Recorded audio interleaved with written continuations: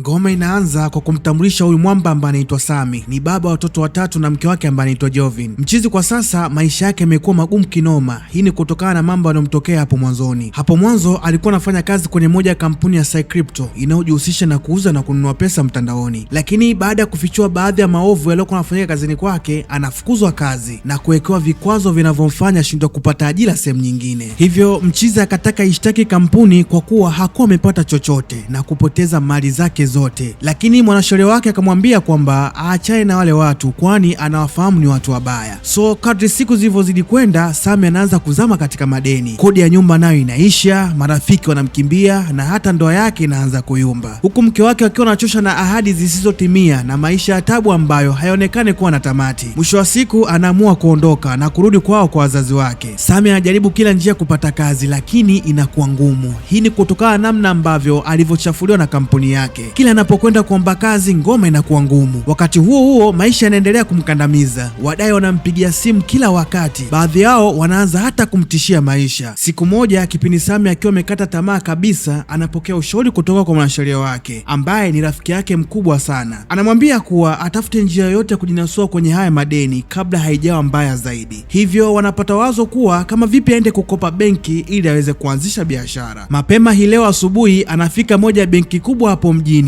kwa ajili ya kuomba mkopo. Anafika akaitwa na mmoja wa wahudumu wa pale na kueleza shida yake kuwa anahitaji mkopo. Mhudumu wa pale akataka atajiwe akaunti namba yake ili aweze kuikagua, lakini cha kushangaza anakuta akaunti yake iko dormant kwa kuwa haikuwa inatumika mara kwa mara. Hivyo bidada akamtaka aweze kusubiri ili aweze kuactivate akaunti yake. Muda kidogo Sami anapata bahati ya kuingia kwa meneja wa hii benki. Meneja akamuuliza kwamba umekuja kufanya nini hapa? Sami akasema nimekuja kwa ajili ya kuomba mkopo ili niweze kuanzisha biashara. Meneja akamuuliza una rasilimali gani ambazo unazo? Mchizi akasema nina mashamba kijijini pamoja na nyumba. Meneja akataka atajua akaunti namba yake ili naye aweze kuikagua. So mchizi akamtajia, lakini kipindi anamtajia Sami akawa anamueleza meneja kuwa yeye yuko vizuri kwenye masuala ya forex, hivyo akiupata huu mkopo basi utamsaidia kurudi katika harakati zake za forex. Meneja kusikia hivyo akaona kama vile anamtania hivi. Mwisho wa siku akawaita walinzi waweze kumtoa Sami. Sasa kipindi anamtoa Sami nje ya ofisi, meneja akaona kwanza angalia akaunti ya Sami na kiasi gani cha pesa. Ndipo anakuja kukuta kwenye akaunti ya Sami kuna shilingi milioni 500 cha Nigeria, pesa mingi kinoma. Ndipo meneja akarudi kwa Sami huku akiwa na vicheko tu. Mwisho wa siku akawataka walinzi waweze kumwachia na kudai kuwa yeye ni mteja wao mkubwa sana. Ndipo Sami anaambiwa na meneja kuwa kwa nini amekuja kukopa pesa ingali na kiasi kikubwa sana kwenye akaunti yake. Sami kawa kama haelewi hivi. Ndipo meneja akamwonyesha kwenye akaunti yake kuna kiasi cha shilingi milioni 500 cash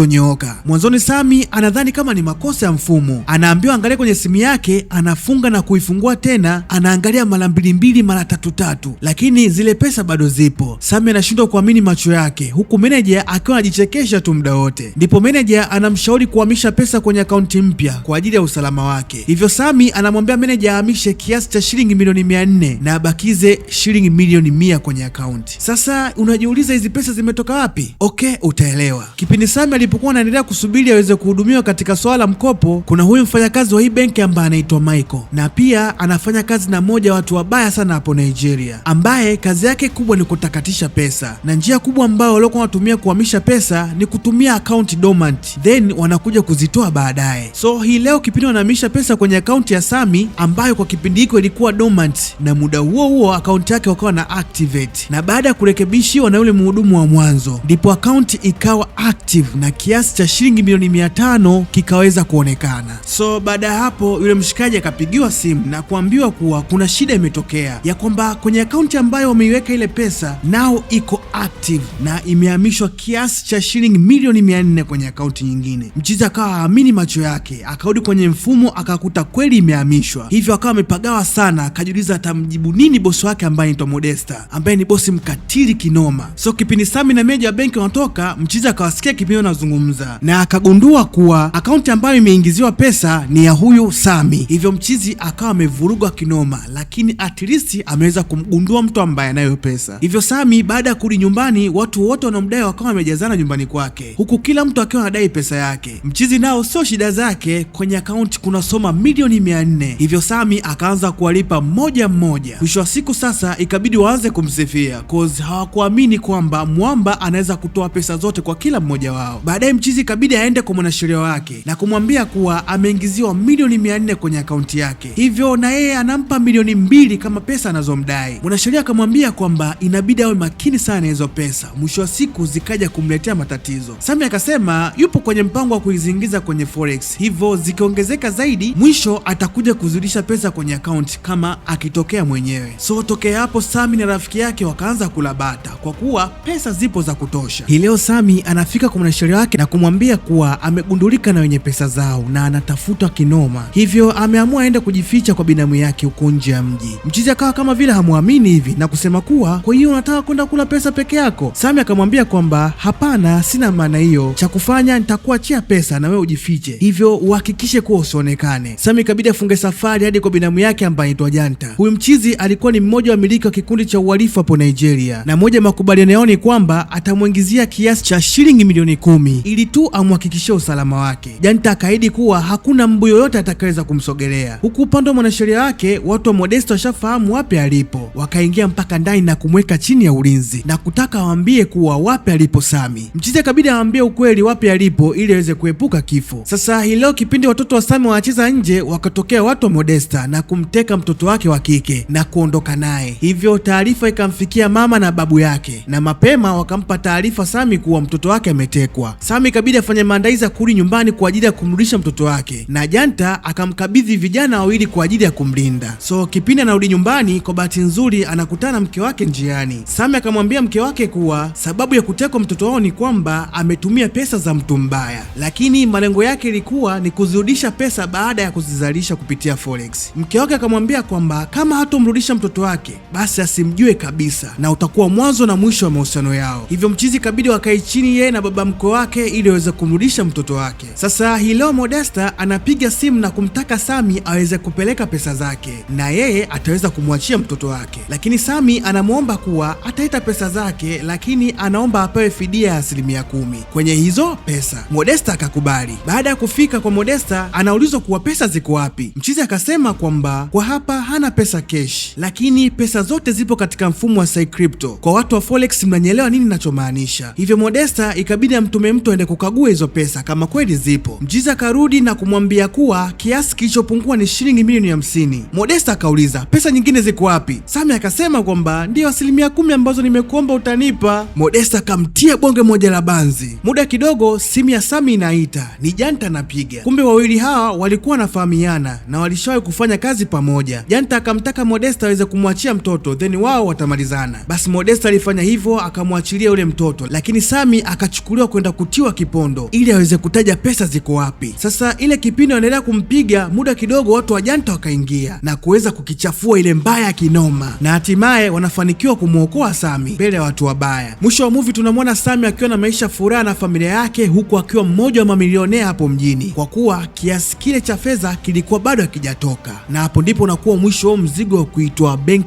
Alert. Mimi naitwa Ibra the Icon MTZ OG, na hii hapa ni Mawio TZ. Subscribe na turn on notification bell ili basi uwe karibu katika familia yetu ya movies na simulizi mbalimbali. Tukutane katika video nyingine.